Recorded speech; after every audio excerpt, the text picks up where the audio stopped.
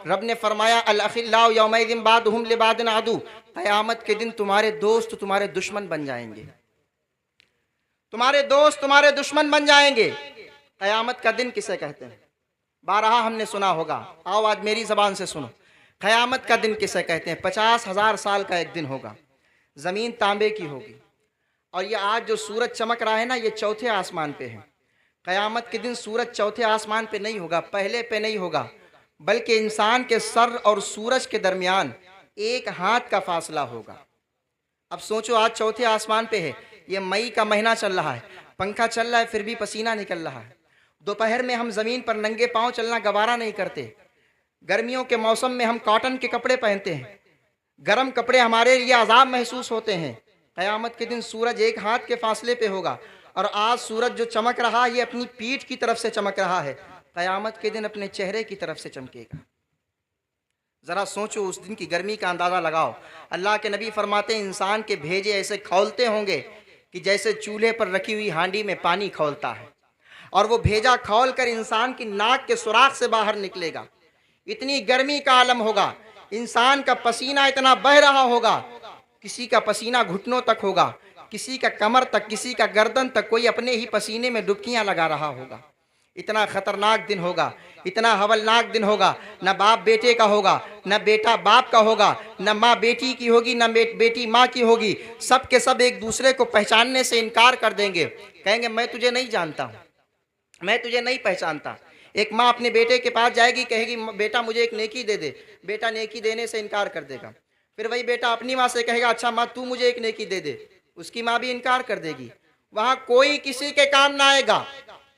और हाल तो ये होगा कि रब कुरान में फरमाता है अल यौम नख्तिमु अला अफ़वाहिहिम व तुकल्लिमुना अयदीहिम, क़यामत के दिन तुम्हारी ज़बानों पर मोहर लगा दी जाएगी, तुम्हारी ज़बानों को बंद कर दिया जाएगा, तुम्हारे जिस्म के आज़ा तुम्हारे खिलाफ गवाही देंगे, तुम्हारे जिस्म के हिस्से तुम्हारे खिलाफ बोलेंगे, तुम्हारे खिलाफ गवाही देंगे, तुम्हारे ये हाथ तुम्हारे खिलाफ बोलेंगे।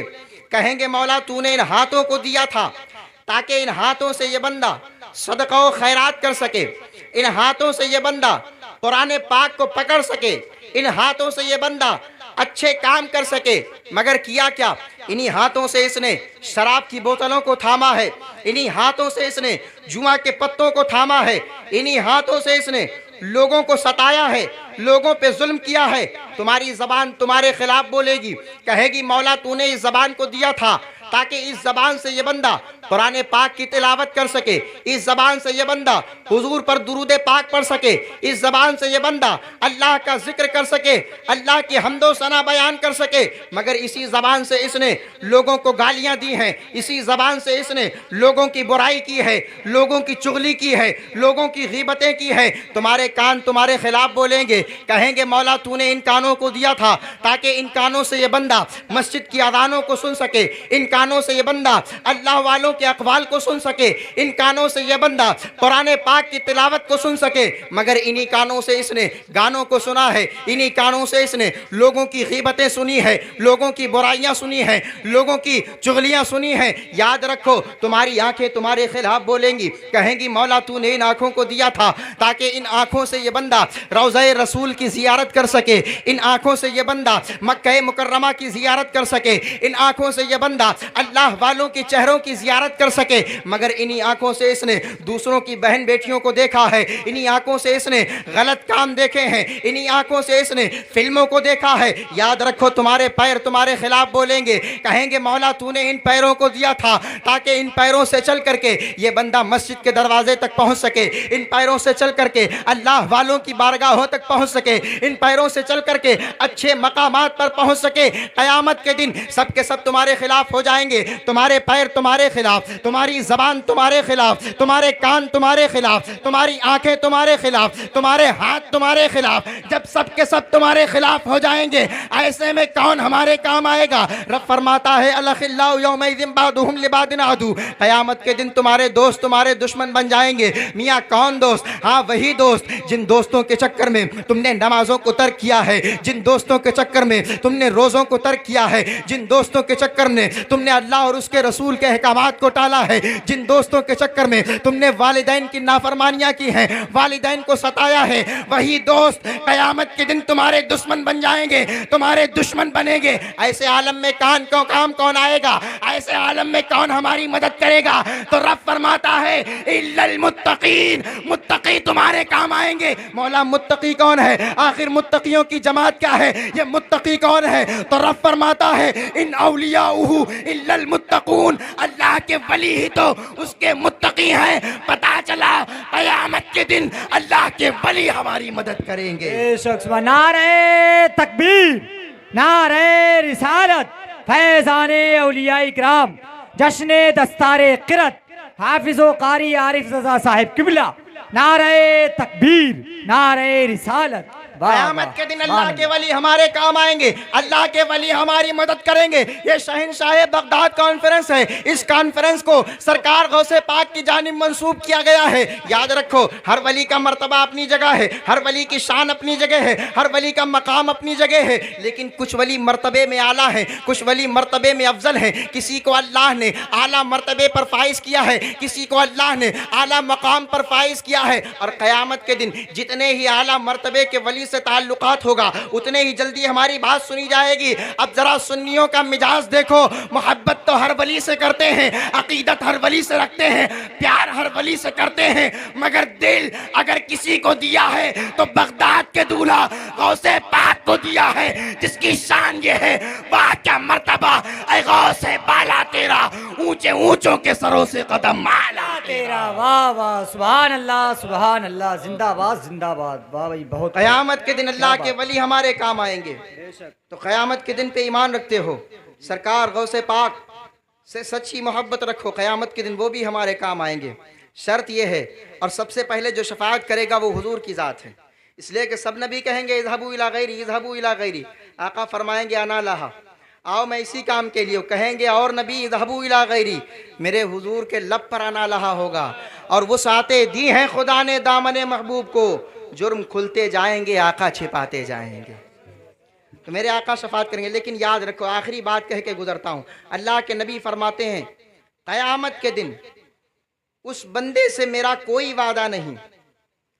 हुजूर शफात करेंगे, लेकिन फरमाते हैं उस बंदे से मेरा कोई वादा नहीं जो नमाजों को तर्क करता है, जो नमाजों को तर्क करता है। अब तक की तकरीर समझ में आ रही थी, अब समझ में नहीं आएगी, नहीं आएगी, क्योंकि अब सर के ऊपर से निकलेगी। जो नमाजों को तर्क करता है उससे मेरा कोई वादा नहीं है। आज क्या हमने इस बात का ख्याल किया है? और अल्लाह के नबी, एक और हदीस पाक आखिरी सुने, अल्लाह के नबी फरमाते हैं क़यामत के दिन जहन्नम में दो गुनहगारों को, दो गुनाहों के मुर्तकिब को जहन्नम की उस वादी में डाला जाएगा कि जिस वादी से जहन्नम भी दिन में 5 मरतबे पनाह मांगती है। जहन्नम भी 5 मरतबे पनाह मांगती है। उस वादी में 2 गुनाह करने वाले को डाला जाएगा। पहला गुनाह क्या है? नमाजों को तर्क करना। और दूसरा गुनाह क्या है? हराम लुक़मा अपनी ग़िज़ा बनाना। हराम लुक़मा खाने वाले को जहन्नम की उस वादी में डाला जाएगा कि जिससे जहन्नम भी पनाह मांगती है। और एक और फिक्र देता हूँ, मैं अगर गलत बोलूँ तो उलमा तायीद करें, नमाज हर गुनाह को ख़त्म करती है। रब ने फरमाया इन्ना सलात तन्हा अनिल फहशाई वल मुनकर, बेशक नमाज तमाम बुरी बेहयाई और बुरी बातों से रोकती है। नमाज ऐसी इबादत है जो हर गुनाह को ख़त्म करती है, लेकिन एक गुनाह ऐसा है जो नमाज को ख़त्म कर देता है। और वो कौन सा गुनाह है? लुक़मा हराम का गुनाह है। अल्लाह के नबी ने फरमाया जिसके पेट में एक लुक़मा हराम का गया, 40 दिन तक ना उसकी कोई इबादत कबूल होती है, ना उसकी कोई दुआ कबूल होती है। एक मरतबा एक सहाबी रसूल हुजूर की बारगाह में आए, कहने लगे या रसूल अल्लाह, मुझे कोई ऐसा वजीफ़ा बताएं कि जिससे मेरी हर दुआ कबूल हो जाए। तो अल्लाह के नबी ने कोई लंबी चौड़ी फहरिस्त नहीं लिखी, बल्कि फरमाया जाओ हलाल को लाजिम पकड़ लो, हराम को छोड़ दो, अल्लाह तुम्हारी हर दुआओं को कबूल फरमा लेगा। हलाल को लाजिम पकड़ो। अल्लाह के नबी ने फरमाया तलबुल हलाल फरीदतुन अला कुल्ली मुस्लिम, हलाल रोज़ी का तलब करना हर मुसलमान पर फ़र्ज़ है। क्यों फ़र्ज़ है? जब वो हलाल कमाएगा और वो हलाल लुक़मा अपने बच्चों के शिकम में डालेगा, तभी हमारे दौर में कोई सलाहुद्दीन अय्यूबी पैदा हो सकता है, मोहम्मद बिन कासिम पैदा हो सकता है। आज हमारे दौर में कोई अल्लाह के नेक बंदे पैदा क्यों नहीं होते? हमारे दौर में अल्लाह के वली पैदा क्यों नहीं होते? क्योंकि हमारे पास लुक़्मे हलाल की कमी आ गई। लुक़्मे हराम, हम हलाल व हराम की तमीज़ नहीं करते। हमें इस बात की फिक्र ही नहीं कि हलाल क्या हराम क्या है। हमारी फिक्र ये पैसा हो चाहे कैसा हो, हम ये सोच बैठे पैसा हो चाहे कैसा हो। और यही बात क़यामत के दिन हम और आपको इसका बदला क़यामत के दिन नज़र आएगा। जब हम और आपको जहन्नम में डाला जाएगा तब हमारी फ़िक्र होगी कि पैसा हो मगर हलाल का होना चाहिए, हराम का नहीं होना चाहिए। हलाल को लाजिम पकड़ो, हराम को तर्क करो। अपने घरों में दीनी माहौल पैदा करो। अपने घर की औरतों को तरगीब दो कि वो दीनी माहौल पैदा करें।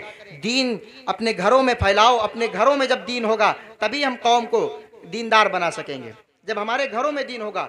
इसलिए कि आज सबसे ज़्यादा ये पाया जा रहा है कि जब बच्चा माँ के शिकम में होता है तो औरतें बेहयाई करती हैं। औरतें बेहयाई करती हैं। डॉक्टर कहता है कि अगर बच्चा माँ के शिकम में हो तो माँ को फल खिलाओ, माँ को फ्रूट्स खिलाओ, विटामिन डी और विटामिन सी खिलाओ। उससे क्या होगा? बच्चे के ऊपर असर होगा। तो अब ज़रा इंसाफ से बताओ, अल्लाह की दी हुई ग़िज़ाएँ, अल्लाह के दिए हुए फल अगर माँ खा ले तो उसका असर शिकम में पल रहे बच्चे के ऊपर हो सकता है। तो अल्लाह का दिया हुआ कुरान अगर माँ पढ़ेगी उसका असर भी बच्चे पे होगा, उसका असर भी बच्चे पे होगा। आज की मिसाल देता हूँ, हवाई बातें नहीं करता, मिसाल देता हूँ। करनाल पानीपत के इलाके में एक बच्चे की पैदाइश हुई। आखिरी वाकया, एक बच्चे की पैदाइश हुई। बच्चा 1 दिन हुआ, 2 दिन हुआ, रोता रहा।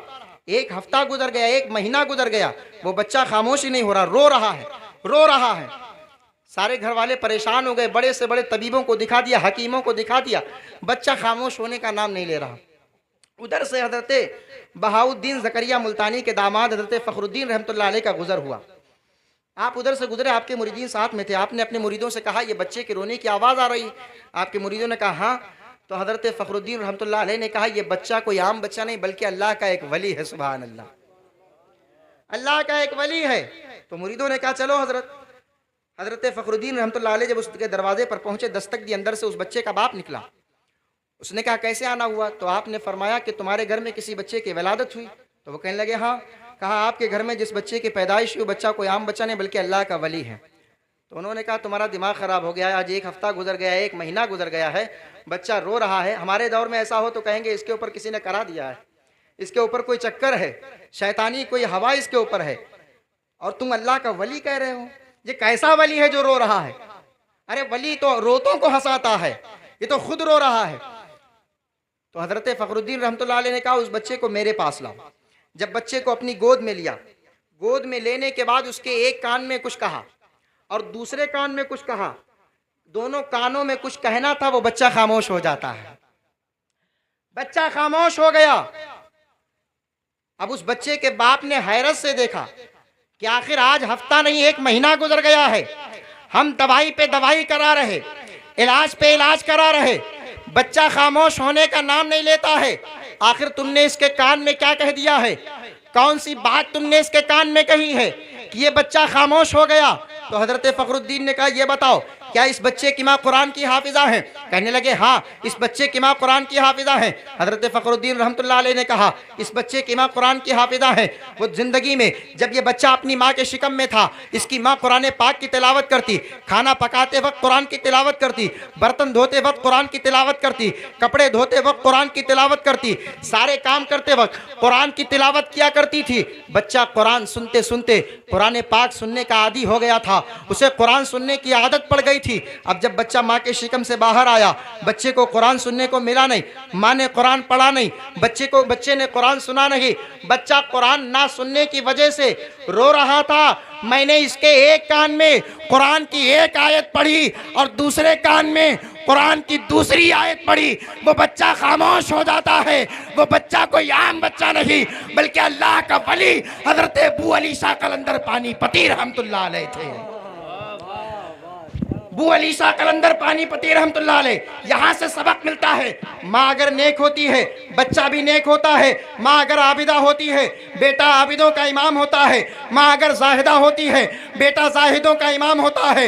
माँ अगर मुत्तकिया होती है बेटा मुत्तकियों का इमाम होता है। मुझे कहने दो, माँ अगर फातिमा होती है बेटा शहीद आजम होता है। माँ अगर उम्मुल खैर फातिमा होती है बेटा गौसे आजम होता है।